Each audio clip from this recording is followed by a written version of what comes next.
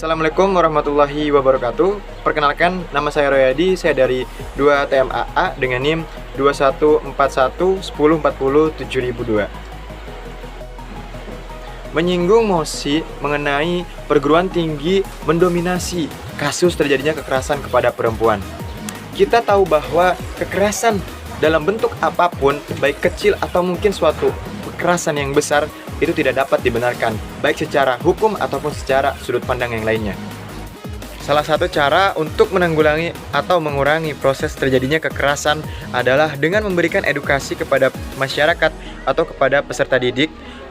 Tapi ketika kasus ini terjadi di lingkungan pendidikan yang seharusnya pendidikan sebagai tempat yang membuat peserta didik menjadi bahagia, tapi malah menjadi bumerang, menjadi tempat proses terjadinya kekerasan tersebut, terutama kekerasan terhadap wanita.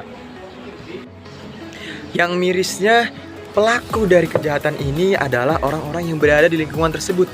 Salah satunya adalah seorang pendidik. Berdasarkan fakta yang tadi, cukup mengiriskan bahwa kampus berada di peringkat nomor 1 dengan kasus terbesar, kasus kekerasan terbesar terhadap perempuan. Ini seharusnya tidak boleh terjadi, karena kampus adalah tempat pendidikan paling tinggi, dan orang-orang yang berada di kampus adalah orang-orang yang tidak biasa. Hal ini menggambarkan bahwa pelaku atau proses terjadinya kekerasan ini direncanakan dengan begitu matang, atau mungkin ada hal-hal di balik semua itu. Dari data yang didapat tadi, itu tidak mungkin semuanya melaporkan kepada pihak yang berwajib bahwa telah terjadi proses kekerasan. Akibatnya, ini merupakan PR yang cukup serius bagi pemerintah atau mungkin khususnya bagi pihak kampus selaku lembaga pendidikan yang menjadi tempat terjadinya proses kekerasan.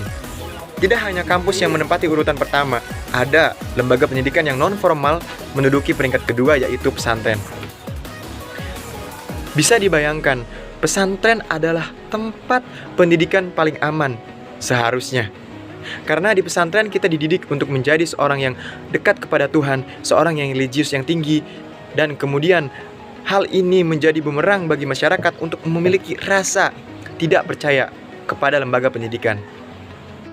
Yang lebih miris lagi, pelaku dari kejahatan atau pelaku dari kekerasan yang berada di pesantren adalah ustadz. Tanda kutip adalah seorang pendidik yang mengajar di lembaga pendidikan yang berbasis agama. Dari kasus ini, seharusnya pemerintah tidak hanya memberikan data yang konkret, tapi pemerintah juga harus memberikan solusi bagaimana cara mengatasi kekerasan, terutama kepada perempuan di lingkungan pendidikan. Saya tegaskan kembali, pendidikan adalah kunci majunya suatu bangsa. Terima kasih atas perhatiannya. Mungkin tadi adalah sedikit statement dari saya. Wassalamualaikum warahmatullahi wabarakatuh.